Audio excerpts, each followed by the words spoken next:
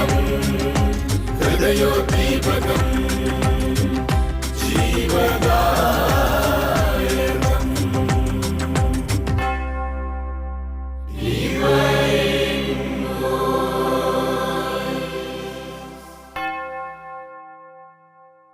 യേശുവിൽ സ്നേഹമുള്ള സഹോദരി സഹോദരന്മാരെ, ലോകമെമ്പാടുമുള്ള ഗുഡ്നസ് TV പ്രേക്ഷകരെ, നിങ്ങൾക്കെല്ലാവർക്കും ഡിവൈൻ വോയിസ് വചനവേദിയിലേക്ക് സ്വാഗതം. ഇന്നേ ദിവസം നമ്മൾ ചിന്തിക്കുകയും ധ്യാനിക്കുകയും ചെയ്യുന്നത് വിശുദ്ധ പത്രോസിൻ്റെ ഒന്നാമത്തെ ലേഖനം 4-ാം അധ്യായം 1-ാം തിരുവചനത്തിൽ നൽകപ്പെടുന്ന ഒരു ആത്മീയ സന്ദേശമാണ്. ശരീരത്തിൽ പീഡനമേറ്റ ക്രിസ്തുവിൻ്റെ മനോഭാവം നിങ്ങൾക്ക് ആയുധമായിരിക്കട്ടെ. എന്തെന്നാൽ ശരീരത്തിൽ സഹിച്ചിട്ടുള്ളവൻ പാപത്തോട് വിടവാങ്ങിയിരിക്കുന്നു. പ്രിയപ്പെട്ട ദൈവജനമേ, വളരെ പ്രധാനപ്പെട്ട ഒരു സന്ദേശം കാരുണ്യവാനായ ദൈവം നമുക്ക് ഇതിലൂടെ തരുവാൻ ആഗ്രഹിക്കുന്നുണ്ട്. യേശു ക്രിസ്തു കുരിശിൽ ശരീരത്തിൽ പീഡനമേറ്റ് എന്തുകൊണ്ട് മരിച്ചു? ശരീരത്തിൽ പീഡനമേൽക്കാതെ യേശുവിന് ഒരുപക്ഷെ പാപമോചനം ദൈവമായിരുന്നതുകൊണ്ട് നമുക്ക് നേടിത്തരാമായിരുന്നില്ലേ? പിന്നെ എന്തുകൊണ്ടാണ് യേശു ശരീരത്തിൽ പീഡനമേറ്റ് അതികഠിനമായ അതിദാരുണമായ പീഡകൾക്ക്, ദുഃഖങ്ങൾക്ക്, പീഡാസഹനത്തിന് അടിമയായി തീർന്നു എന്ന് ഇന്നത്തെ തിരുവചനം നമ്മളെ ഓരോരുത്തരെയും ഓർപ്പിക്കുകയാണ്. വിശുദ്ധ പത്രോസിലൂടെ പരിശുദ്ധാത്മാവ് നമുക്ക് തരികയാണ്. ശരീരത്തിൽ പീഡനമേൽക്കുന്നവൻ പാപത്തോട് വിടവാങ്ങിയിരിക്കുന്നു. അപ്പോൾ ശരീരത്തിൽ പീഡനമേൽക്കാതെ നമുക്ക് പാപത്തിൽ നിന്ന് പരിപൂർണമായ ഒരു വിടുതൽ നേടിയെടുക്കാൻ കഴിയാതെ വരാം എന്നതുകൊണ്ട് ശരീരത്തിൽ പീഡ സഹിക്കുക എന്നുള്ളത് വളരെ പ്രധാനപ്പെട്ട ഒരു കാര്യമാണെന്ന് ബൈബിള് നമ്മളെ ഓരോരുത്തരെയും ഓർമ്മിപ്പിക്കുകയാണ്. യേശുക്രിസ്തു തൻ്റെ ശരീരത്തിൽ പീഡനം ഏറ്റ് ആണ് തൻ്റെ മക്കൾക്ക് വേണ്ടിയിട്ട്, ഈ ലോകത്തിലെ ദൈവജനത്തിന് വേണ്ടിയിട്ട് പാപമോചനമായി തീരുവാൻ, പാപത്തിന് പരിഹാരമാകാൻ യേശു തയ്യാറായത് ശരീരത്തിൽ പീഡയേറ്റുകൊണ്ടാണ്. ശരീരത്തിൽ സഹിച്ചുകൊണ്ട് ഈ ജനത്തിൻ്റെ മുഴുവൻ പാപം സ്വന്തം ശരീരത്തിലേക്ക് ഏറ്റെടുത്തുകൊണ്ടാണ് യേശു പാപപരിഹാര ബലിയായിട്ട് കുരിശിൽ അർപ്പിക്കപ്പെട്ടത്. വിശുദ്ധ പത്രോസ് തൻ്റെ 1-ാമത്തെ ലേഖനത്തിൽ 2-ാമത്തെ അധ്യായത്തിൽ 24-ാം തിരുവചനത്തിൽ ഇങ്ങനെയാണ് നമ്മളെ ഓർപ്പിക്കുക: നമ്മുടെ പാപങ്ങൾ സ്വന്തം ശരീരത്തിൽ വഹിച്ചുകൊണ്ട് അവൻ കുരിശിലേറി. അത് നാം പാപത്തിന് മരിച്ച് നീതിക്കായി ജീവിക്കേണ്ടതിനാണ്. അവൻ്റെ മുറിവിനാൽ നിങ്ങൾ സൗഖ്യമുള്ളവരാക്കപ്പെട്ടിരിക്കുന്നു. അപ്പോൾ യേശുവിൻ്റെ മുറിവാണ് മനുഷ്യർക്ക് സൗഖ്യത്തിന് കാരണമായത്. യേശു ശരീരത്തിൽ മുറിവേറ്റില്ലായിരുന്നെങ്കിൽ മനുഷ്യന് സൗഖ്യം ഉണ്ടാകിയല്ല. മനുഷ്യൻ്റെ സൗഖ്യം എന്ന് പറഞ്ഞത് ആത്മാവിൽ നിന്ന് പാപത്തിൻ്റെ ബന്ധനം വിട്ടുപോകുന്നു, ശരീരത്തിൽ നിന്നും പാപത്തിൻ്റെ ബന്ധനം വിട്ടുപോകുന്നു. ശരീരത്തിൽ പീഡ സഹിച്ചപ്പോൾ ആത്മാവിലും ശരീരത്തിലും ഒരുപോലെ വിടുതലിൻ്റെ കൃപയായിട്ട് യേശുക്രിസ്തുവിൻ്റെ സഹനം രൂപാന്തരപ്പെട്ടു.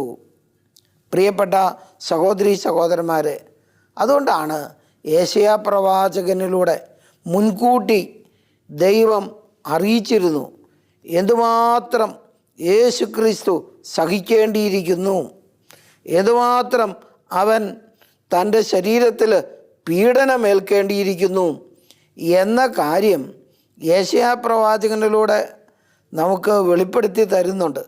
53-ാം അധ്യായം മുഴുവനും യേശുവിൻ്റെ ഈ പീഡാസഹനത്തെക്കുറിച്ചാണ് തിരുവചനം നമ്മളെ ഓരോരുത്തരെയും ഓർപ്പിക്കുക.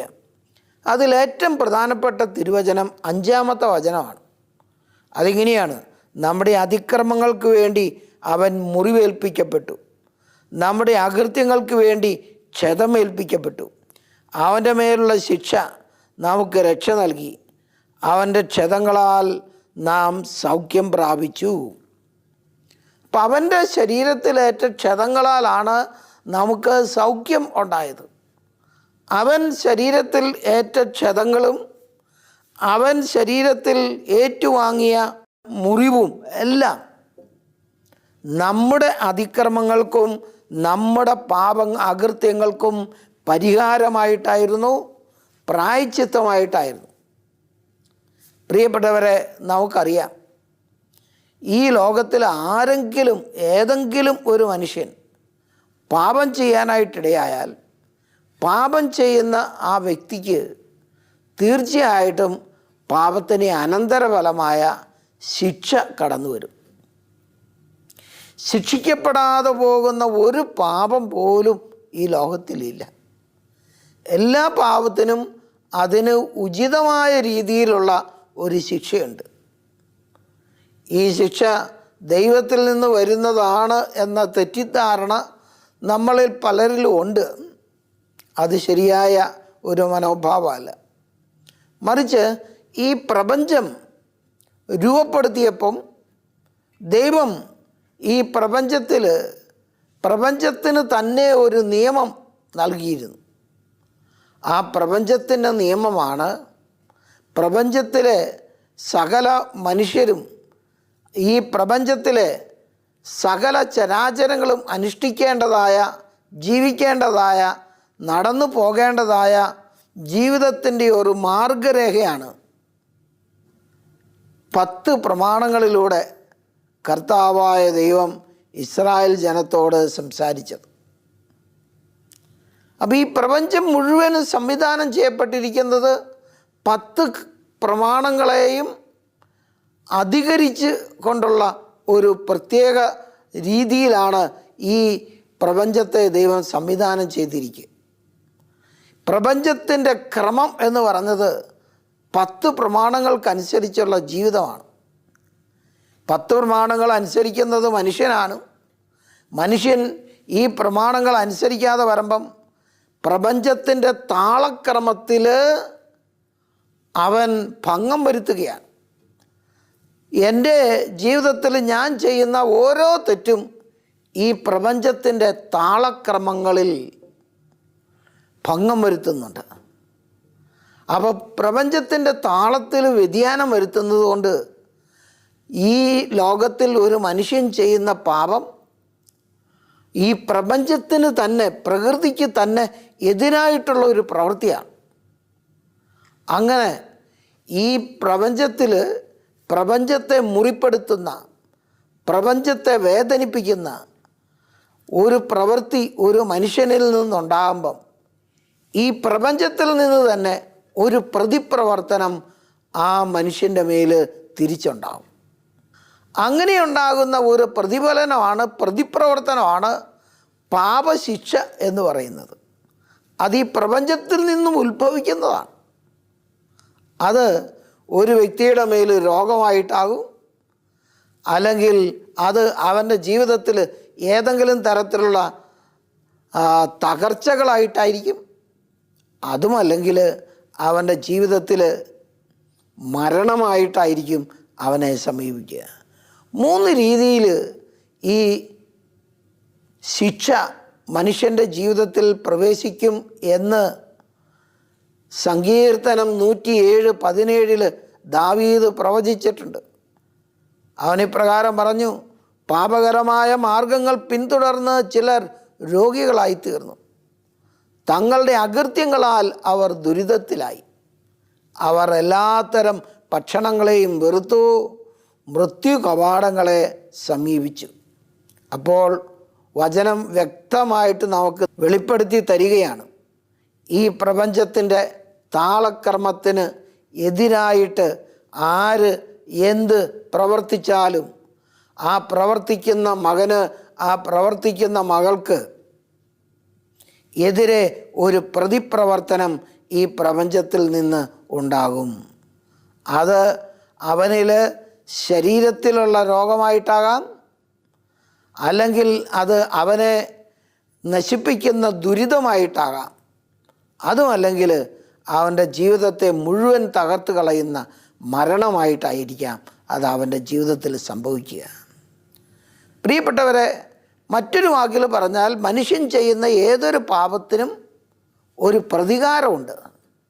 എല്ലാ പാപവും ഒരു പ്രതികാരം ആഗ്രഹിക്കുന്ന പ്രവൃത്തിയാണ്.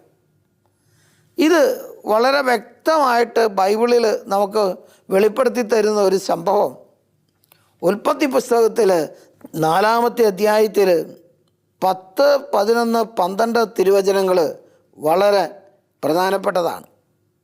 ദൈവം കായനോട് ചോദിച്ചു, എന്തെന്നാൽ കർത്താവ് പറഞ്ഞു, നീ എന്താണ് ചെയ്തത്?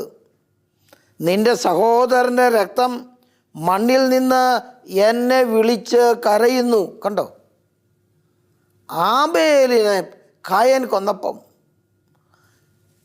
ദൈവം കായനോട് പറയാണ്, നീ കേൾക്കണില്ലേ? നിൻ്റെ സഹോദരൻ്റെ രക്തം ഈ മണ്ണിൽ നിന്ന് എന്നെ വിളിച്ച് കരയാണ്. എന്താണത്? പ്രതികാരത്തിന് വേണ്ടി ദാഹിക്കുന്ന പ്രപഞ്ചം. ഈ പ്രപഞ്ചത്തിൽ ഒരു മനുഷ്യൻ്റെ നിഷ്കളങ്കൻ്റെ രക്തം വീണപ്പോൾ ആ ഭൂമിയിൽ നിന്ന് പ്രതികാരത്തിന് വേണ്ടി കരയുന്ന ഭൂമി. നിൻ്റെ കയ്യിൽ നിന്ന് സഹോദരൻ്റെ രക്തം കുടിക്കാൻ വായ് പിളർന്ന ഭൂമിയിൽ നീ ശപിക്കപ്പെട്ടവനാകും. കൃഷി ചെയ്യുമ്പോൾ ഇനി മുതൽ മണ്ണ് നിനക്ക് ഫലം തരികയില്ല. നീ ഭൂമിയിൽ അലഞ്ഞു തിരിയുന്നവനായിത്തീരും. കണ്ടോ, പ്രതികാരത്തിന് വേണ്ടി ആഗ്രഹിക്കുന്ന ഭൂമി.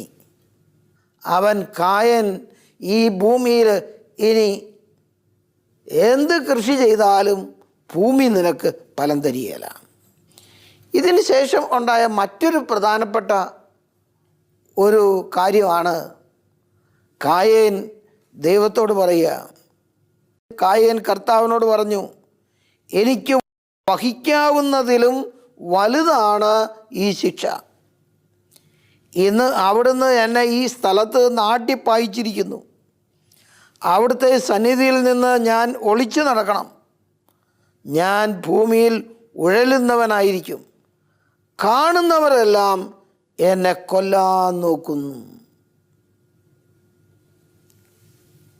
അപ്പോൾ ഈ പ്രപഞ്ചത്തിൽ നിന്നുണ്ടാകുന്ന റിയാക്ഷൻ്റെ ഭാഗമായിട്ട്,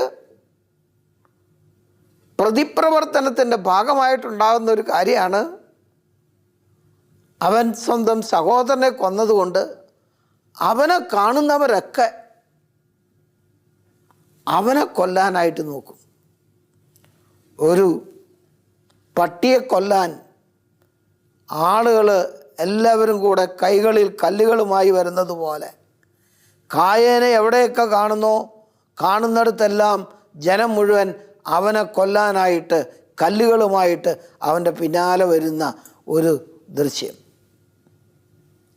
അപ്പോൾ പ്രിയപ്പെട്ടവരെ, ഞാൻ പറഞ്ഞു വന്നത്, ബൈബിൾ നമുക്ക് കാണിച്ചു തരുന്നത് പാപം ചെയ്താൽ പാപത്തിനൊരു ശിക്ഷയുണ്ട്. ഈ ശിക്ഷിക്കപ്പെടുന്ന അവസ്ഥയിൽ നിന്ന് മനുഷ്യരായ നമ്മളെ എല്ലാവരെയും രക്ഷിക്കണം. നമ്മൾ ഓരോരുത്തരും യേശുക്രിസ്തുവിൽ വിശ്വസിക്കുന്നത് കൊണ്ട്, യേശുവുള്ള വിശ്വാസം വഴിയായിട്ട് നാം എല്ലാം ദൈവത്തിൻ്റെ മക്കളായിട്ട് മാറുകയാണ്. ദൈവത്തിൻ്റെ മകനാകാൻ, ദൈവത്തിൻ്റെ മകളാകാൻ വിശ്വാസം വഴി ദൈവം നമുക്ക് കഴിവ് തന്നു.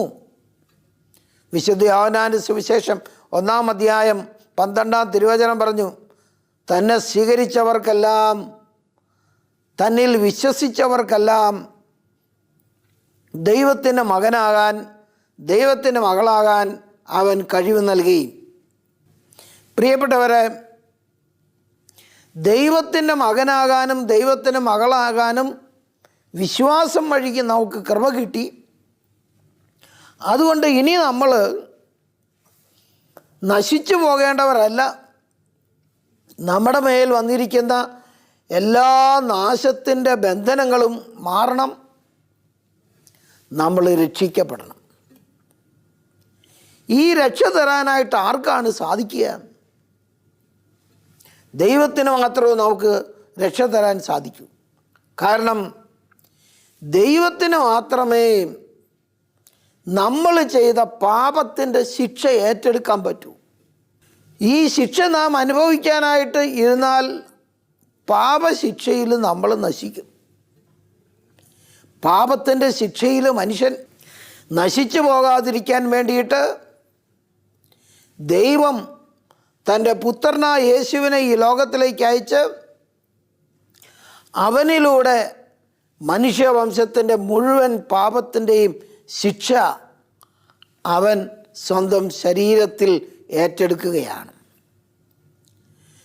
മറ്റു വാക്കിൽ പറഞ്ഞാൽ ഈ ലോകത്തിലെ ഓരോ മനുഷ്യൻ്റെയും പാപത്തിന് പരിഹാരമാകാനായിട്ട് മനുഷ്യപുത്രൻ യേശു ക്രിസ്തു, ദൈവത്തിൻ്റെ പുത്രനായ യേശു ക്രിസ്തു ഈ ലോകത്തിൽ അവതരിക്കുകയാണ്. ഈ ലോകത്തിൽ അവതരിച്ച ദൈവത്തിൻ്റെ പുത്രനായ യേശു എങ്ങനെയാണ് അവൻ മനുഷ്യവംശത്തിൻ്റെ മുഴുവൻ പാപം ഏറ്റെടുക്കേണ്ടത്? അവൻ യേശു ക്രിസ്തു തൻ്റെ ശരീരം ബലിയായിട്ട് അർപ്പിച്ചുകൊണ്ട് പാപം ശരീരത്തിൽ ഏറ്റെടുക്കണം. അല്ലെങ്കിൽ പാപം ഏറ്റെടുത്ത ഈ ശരീരം ബലിയായി, പരിഹാര ബലിയായി അർപ്പിക്കപ്പെടണം.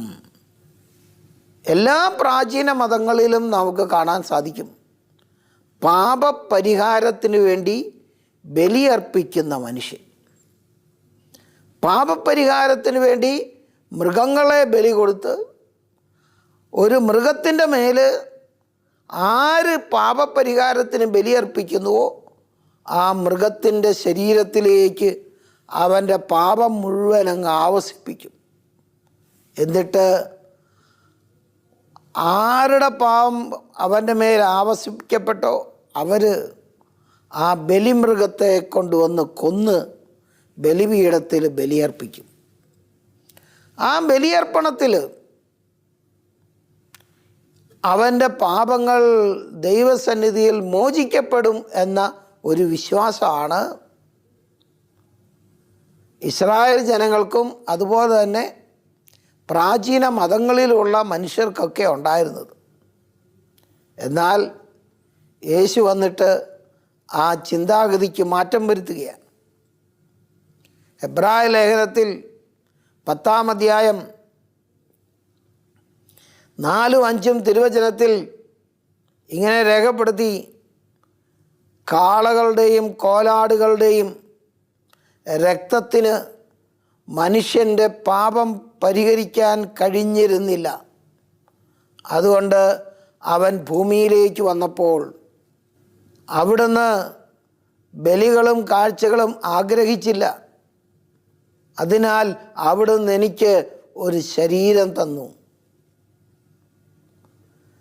യേശു പറയാണ്, പിതാവ് എനിക്ക് ഒരു ശരീരം തന്നു. എന്തിനാണ് ശരീരം തന്നത്? ഈ ശരീരത്തിൽ ബലിയർപ്പിക്കാൻ. കാളകളെയും കോലാടുകളെയും കുഞ്ഞാടുകളെയും ബലിയർപ്പിച്ചിരുന്നത് പോലെ യേശുവിൻ്റെ ശരീരവും ബലിയായി അർപ്പിക്കപ്പെടാൻ. ദൈവത്തിന് മാത്രമേ പാപം ഏറ്റെടുക്കാൻ പറ്റൂ. അതുകൊണ്ട് ദൈവം ബലിയായിട്ട് അർപ്പിക്കപ്പെട്ടാൽ മാത്രമേ പാപപരിഹാര ബലിയാകൂ. ദൈവം ബലിയായി അർപ്പിക്കപ്പെടണമെന്നുണ്ടെങ്കിൽ ദൈവം മനുഷ്യനായിട്ട് മാറണം. കാരണം ദൈവത്തിന് ശരീരമില്ല, മനുഷ്യന് മാത്രമേ ശരീരമുള്ളൂ. അതുകൊണ്ട് ദൈവം മനുഷ്യൻ്റെ ശരീരം സ്വീകരിച്ച്, ഒരു മനുഷ്യൻ സ്വന്തം ശരീരത്തിൽ സഹിക്കേണ്ട എല്ലാ സഹനങ്ങളും ഈ മനുഷ്യൻ സ്വന്തം ശരീരത്തിൽ സഹിച്ച് അവൻ കുരിശിൽ മരിച്ചു. അപ്പം അതുകൊണ്ട് യേശുവിൻ്റെ ആ സഹനമാണ്, ശരീരത്തിലെ വേദനകളാണ്. ആ വേദനകളാണ് മനുഷ്യവംശത്തിൻ്റെ പാപപരിഹാരമായിട്ട് മാറിയത്. ശരീരത്തിലുള്ള സഹനമാണ് പാപ വിടുതലിന് കാരണമായി, പാപത്തോട് വിടവാങ്ങാനുള്ള കൃപയായിട്ട് രൂപാന്തരപ്പെട്ടത്. അതുകൊണ്ട് പരിശുദ്ധാത്മാവ് നമ്മളെ ഓരോരുത്തരെയും ഓർപ്പിക്കുക, നമ്മൾ ഓരോരുത്തരും നമ്മുടെ പാപത്തിനെ കുറിച്ച് പശ്ചാത്തപിച്ച് യേശുക്രിസ്തുവിൽ വിശ്വസിക്കുമ്പം ആ വിശ്വാസത്തോടൊപ്പം ഒരു പ്രവൃത്തി കൂടെ നമ്മൾ ചെയ്യണം. അത് മറ്റൊന്നുമല്ല, വിശ്വാസത്തോടൊപ്പം നമ്മൾ നമ്മുടെ ഓരോരുത്തരെയും ജീവിതത്തിൽ കൊച്ചു കൊച്ചു സഹനം ഈ ശരീരത്തിൽ സ്വീകരിക്കണം. യേശുവിൻ്റെ സഹനത്തോട് ചേർത്ത് വയ്ക്കാൻ നമുക്കും എന്തെങ്കിലും സഹനം ഉണ്ടാകും. ചെറിയ പരിത്യാഗങ്ങൾ എൻ്റെ ശരീരത്തിൽ ഞാൻ കൊണ്ടു നടക്കണം. അങ്ങനെ ചെറിയ പരിത്യാഗം ഞാൻ അനുഷ്ഠിക്കുന്നുണ്ടെങ്കിൽ അത് എനിക്ക് പാപത്തോട് വിടവാങ്ങാനുള്ള ഏറ്റവും വലിയ അവസരമാണ്, ഏറ്റവും വലിയ ശക്തിയാണ്. പ്രിയപ്പെട്ടവരെ, അതുകൊണ്ട്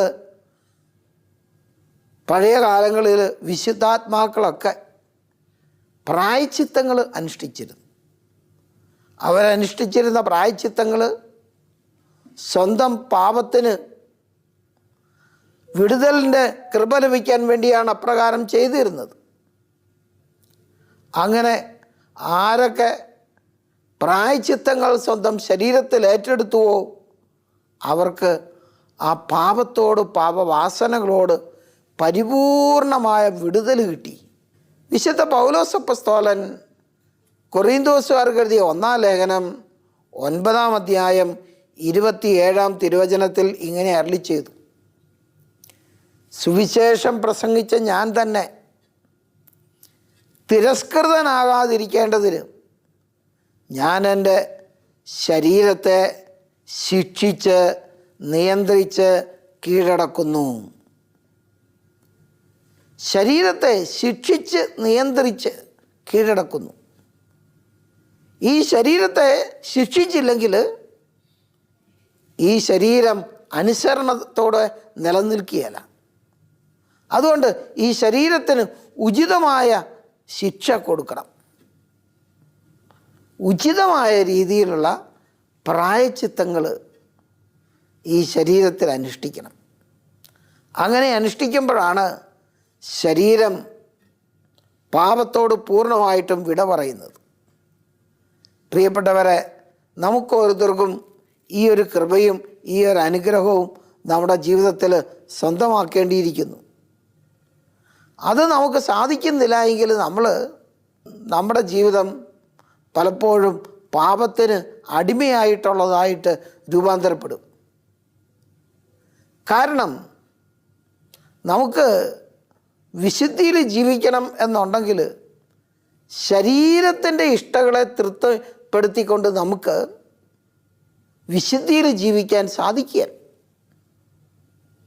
ശരീരത്തിൻ്റെ പ്രവണതകൾ പരിശുദ്ധാത്മാവിനാൽ നമ്മൾ നിഹനിക്കണം, എന്ന് പറഞ്ഞാൽ കൊല്ലണം.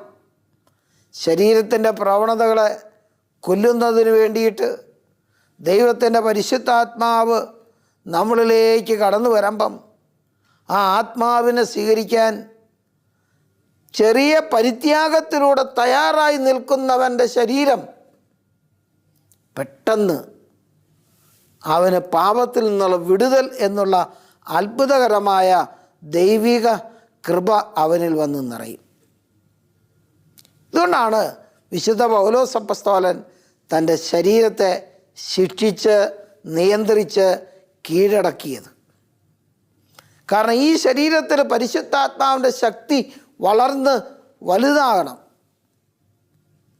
പാപത്തിൻ്റെ പ്രവൃത്തികളെ നിഹനിക്കാനായിട്ട്. പ്രിയപ്പെട്ടവരെ, ഇന്നേ ദിവസം ഈ തിരുവചനം നമ്മൾ കേൾക്കുമ്പം നമ്മുടെ എല്ലാവരുടെയും മനസ്സിൽ ഇപ്രകാരം കൊച്ചു കൊച്ചു പരിത്യാഗങ്ങൾ ഏറ്റെടുക്കാനായിട്ടുള്ള ഒരു മനസ്സ് നമുക്കുണ്ടാകും. പരിത്യാഗങ്ങൾ ഏറ്റെടുത്താൽ മാത്രമോ പാപത്തോട് വിട പറയാൻ, നന്മയിൽ ജീവിക്കാൻ, വിശുദ്ധിയിൽ നമുക്ക് പോകാൻ സാധിക്കുകയുള്ളൂ. ഇങ്ങനെ നമ്മൾ വിശുദ്ധിയിൽ പോകുന്നില്ല എങ്കിൽ, വിശുദ്ധിയിൽ ജീവിക്കാൻ നമ്മൾ മനസ്സ് കാണിക്കുന്നില്ലെങ്കിൽ, വിശുദ്ധിയിൽ ജീവിക്കാൻ മനസ്സ് കാണിക്കാത്ത ഓരോ മനുഷ്യൻ്റെ പ്രവൃത്തിയും അവനെ മാത്രമല്ല, അവൻ അധിവസിക്കുന്ന ഈ പ്രപഞ്ചത്തെയും അവൻ്റെ പാപം പീഡിപ്പിക്കും. അപ്പോൾ പ്രപഞ്ചം മനുഷ്യനെയും പീഡിപ്പിക്കാൻ തുടങ്ങും. അങ്ങനെയാണ് പ്രപഞ്ചത്തിൽ മനുഷ്യൻ ചെയ്ത പാപത്തിന് അനന്തരഫലമായിട്ട് പ്രപഞ്ചത്തിൽ നമുക്കെതിരായി ഉയർന്നു പൊങ്ങുന്ന കോപമാണ് പ്രകൃതി ദുരന്തങ്ങളായിട്ട് മനുഷ്യ ജീവിതത്തിൻ്റെ മേൽ വന്നു ഭവിക്കുന്നത് എന്ന് നമ്മൾ മനസ്സിലാക്കണം. ഗ്ലോബൽ വാർമിംഗ് എന്നൊക്കെ നമ്മൾ പറയാറുണ്ട്. ആഗോള താപം വർദ്ധിച്ചു എന്ന് നമ്മൾ പറയും. എന്തുകൊണ്ടാണ് ഈ ഗ്ലോബൽ വാർമിംഗ് ഉണ്ടാകുന്നത്? ഗ്ലോബൽ വാർമിംഗ് ഉണ്ടായി, അതിന് അനന്തരഫലമായിട്ട് അതിശക്തമായ ചൂട് തണുപ്പ് രാജ്യങ്ങളിലെല്ലാം കഴിഞ്ഞ വേനൽക്കാലത്തുണ്ടായി. തണുപ്പ് കാലം കഴിഞ്ഞ് മഞ്ഞുകാലം വന്നപ്പം മഞ്ഞ് അതിലേറെ ശക്തിയേറിയ ഹിമപാതമായി രൂപാന്തരപ്പെട്ട് അമേരിക്കയിൽ 65ഓളം പേര് തണുപ്പിൽ വിറങ്ങലിച്ച് മരിച്ച് ഐസ് കട്ടകൾക്കടിയിലായി. മനുഷ്യൻ്റെ പാപം പ്രപഞ്ചത്തിൽ കോപമായി ഉയർന്ന് അത് മനുഷ്യനെതിരെ തിരിച്ചു വരുന്നതാണ് നമ്മൾ കാണുക. പ്രിയപ്പെട്ടവരെ, അതുകൊണ്ട് ജീവിതത്തിലുണ്ടായ ഓരോ പാപത്തിനും ദൈവസന്നിധിയിൽ മാപ്പ് ചോദിക്കുന്നതോടൊപ്പം ചെറിയ സഹനത്തോടെ ദൈവകരങ്ങളിലേക്ക് അതിനെ ഉയർത്തി മാപ്പ് ചോദിക്കാൻ നമുക്ക്, അനുതപിക്കാൻ നമുക്ക് കഴിയട്ടെ. ഈ ഒരു കൊച്ചു ചിന്ത നമ്മുടെ ഹൃദയത്തിൽ സൂക്ഷിച്ചുകൊണ്ട് വിശുദ്ധിയുള്ളൊരു ജീവിതം ജീവിക്കാൻ ദൈവം നമ്മളെ ഓരോരുത്തരെയും അനുഗ്രഹിക്കട്ടെ. കാരുണ്യവാനായ ദൈവമേ, നിൻ്റെ മക്കൾക്ക് വേണ്ടി ഒരുക്കിയ ഈ വചന വിരുന്നിൽ പങ്കുചേർന്ന നിൻ്റെ മക്കളെല്ലാം തങ്ങളുടെ പാപത്തെ ഓർത്ത് അനുതപിക്കാനും, അനുതപിക്കുന്ന നിമിഷം കൊച്ചു കൊച്ചു പരിത്യാഗങ്ങളിൽ ആശ്രയിച്ച് നിൻ്റെ കുരിശിലെ പരിത്യാഗത്തിലേക്ക് അത് ചേർത്ത് വയ്ക്കുവാനും വിടുതൽ പ്രാപിക്കാനുമുള്ള കൃപയായി അവരിൽ രൂപപ്പെടട്ടെ എന്ന് പ്രാർത്ഥിക്കുന്നു. ഈശോയെ നന്ദി, ഈശോയെ സ്തോത്രം.